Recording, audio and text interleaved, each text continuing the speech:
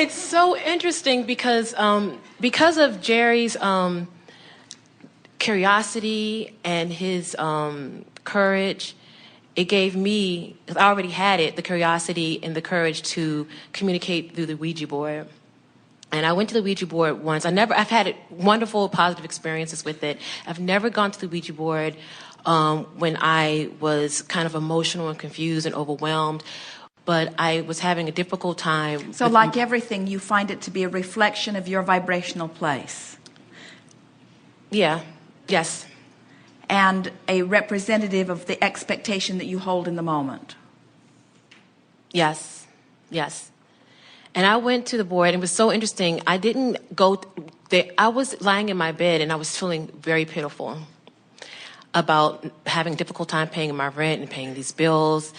And I live in California, and I'm thinking I'm going to have to move back home because my dad helps me so much with money, and I'm just overwhelmed. And I started beating myself up or putting myself down. And then I heard a voice in my head say, "You are love. You are so compassionate, and you are so loving," and saying all these wonderful things about me. And I just started to cry.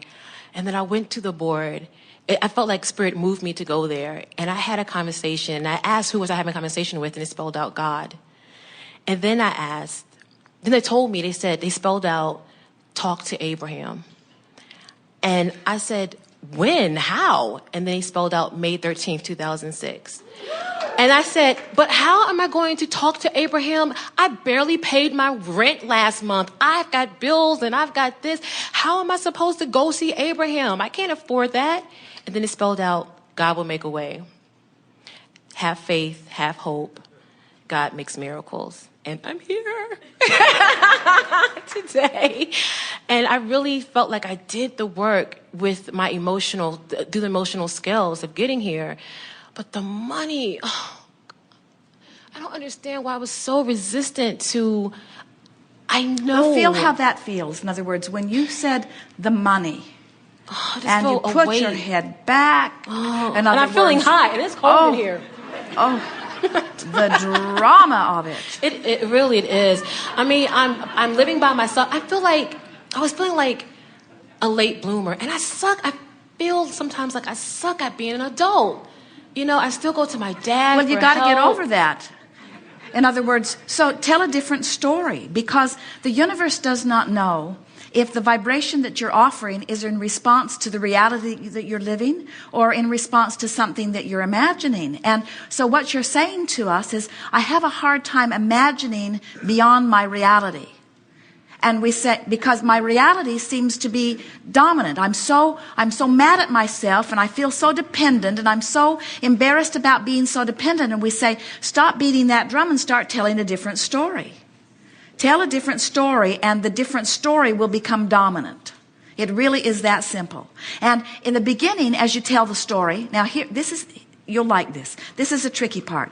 If you feel like you're here, I'm embarrassed, I'm not taking responsibility, I'm not doing what I expect myself to do and what my Father would want me to do, as you beat that drum, and what you really want is fabulous abundance, and the gap is pretty great, and it's illogical that you're going to jump from this vibration all the way over into this vibration. So you just want to sort of coax yourself along here by acknowledging the things that are working well. And isn't it nice that I managed to bring myself into an environment where I have parents that are caring enough and trusting enough and believing enough in me. And never has my father said to me, "I don't think you're ever going to figure this out, and so consider this a permanent state of affairs."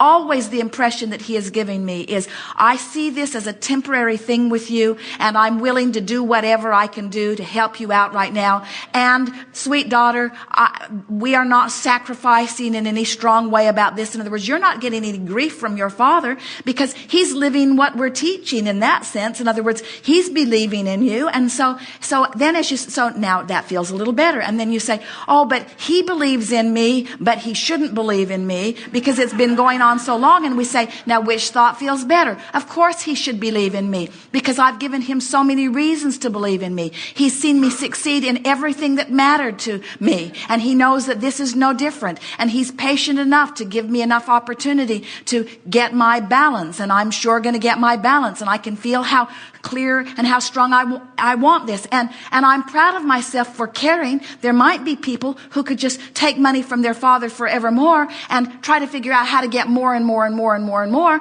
And that's not who I am. There's something really wonderful to be said about the fact that I really want to be independent, and my father can feel my independence. In fact, my father has seen my independence from the day that I was born. That's one of the things that he talked about constantly to me.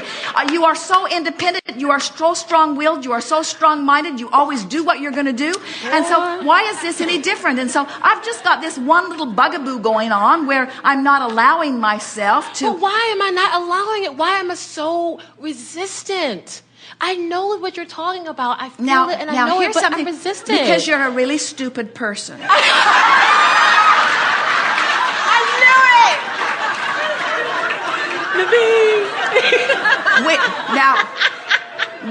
it! You're laughing because you know nothing is further from the truth. Right.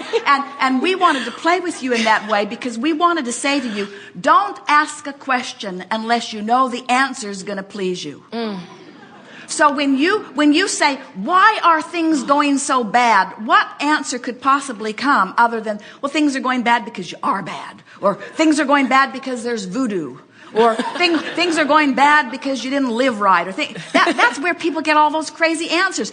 When you ask a question like that, you're just begging for an answer that's going to bother you when you get it. That is so true. And we gave you an answer that is such a departure from anything that anybody's ever heard come out of Esther's mouth on behalf of Abraham.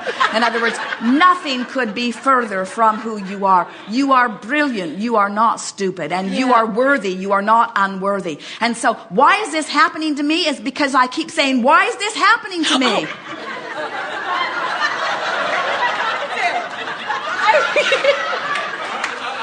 It's true. I can't. Oh my! And I'm so conscious of my thoughts, and I keep saying, oh, you know what else I do? I don't know. I keep saying, I don't know. I don't know. And if I keep saying, I don't know, guess what? I don't know.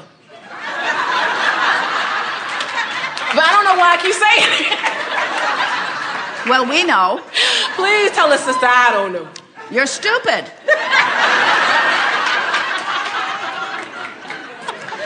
You are pure positive energy, and you are an expansive being, and there will always be something else that you're reaching for. In other words, for every day, you will always say, this and this and this is wonderful, but this is still coming into alignment. That's why we begin these gatherings by saying, are you among the rare humans who have come to the place where you are appreciating the contrast?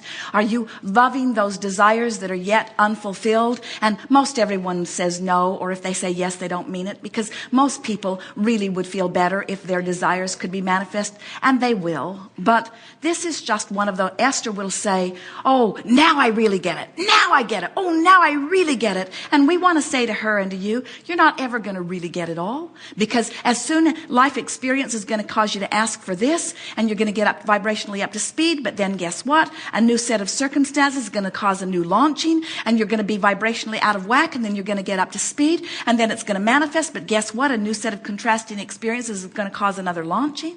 In other words, you're always going to be in this state of becoming, and it's time for you to love yourself where you are, no matter where it is in relationship to what you want. And when you do that, now, even when I can't barely pay my rent. Well, it's so temporary. So what? So what?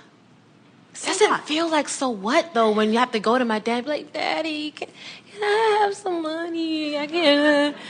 Well, it might be. My cell phone is off. Can you help me? It might. I can't take it anymore. It might be that if Daddy said, "Don't say no." My daddy never says no to me, but I feel bad about that. Sometimes I wish he would say no. No, I don't. No, I don't. I take that back. You're onto something really big, because the universe never says no to you in the same way that your daddy never says no to you. But the difference between, oh, we love this. The difference between your daddy and the universe is that your daddy will help you out when your vibration's over here, and the universe can't.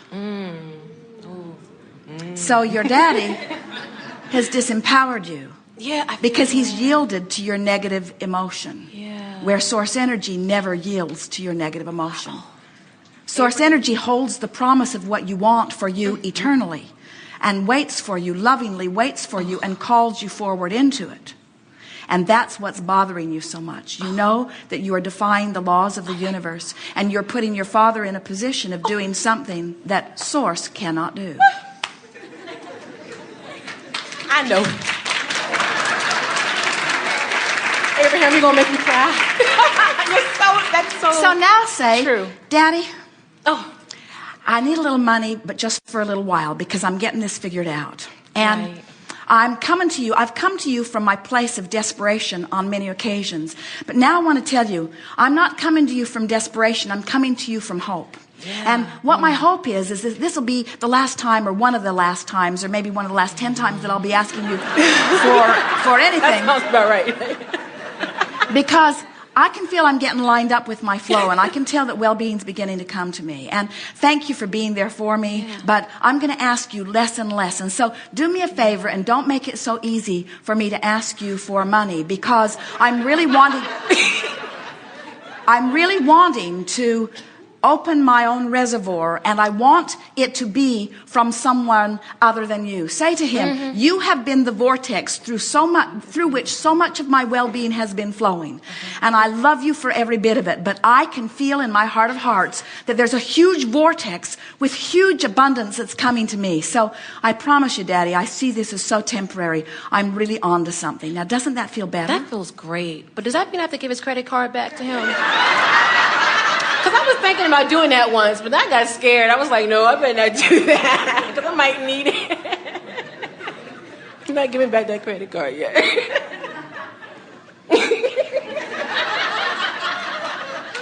I just brought one of your CDs off of that credit card. Thank you, Daddy.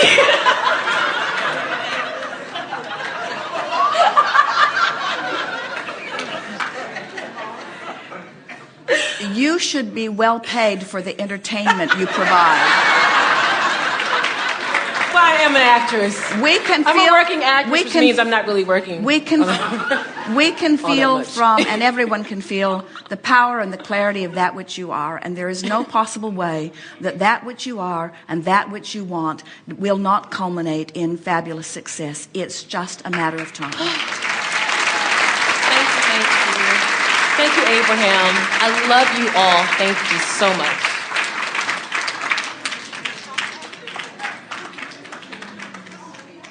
Esther said to Jerry, I was so afraid of the Ouija board, and now I am one.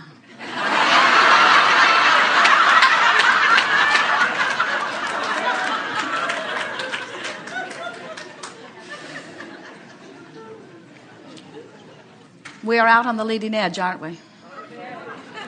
Jerry says, how can we have been at this for so many years and have a whole day of new insights? And we say it is the power of this group.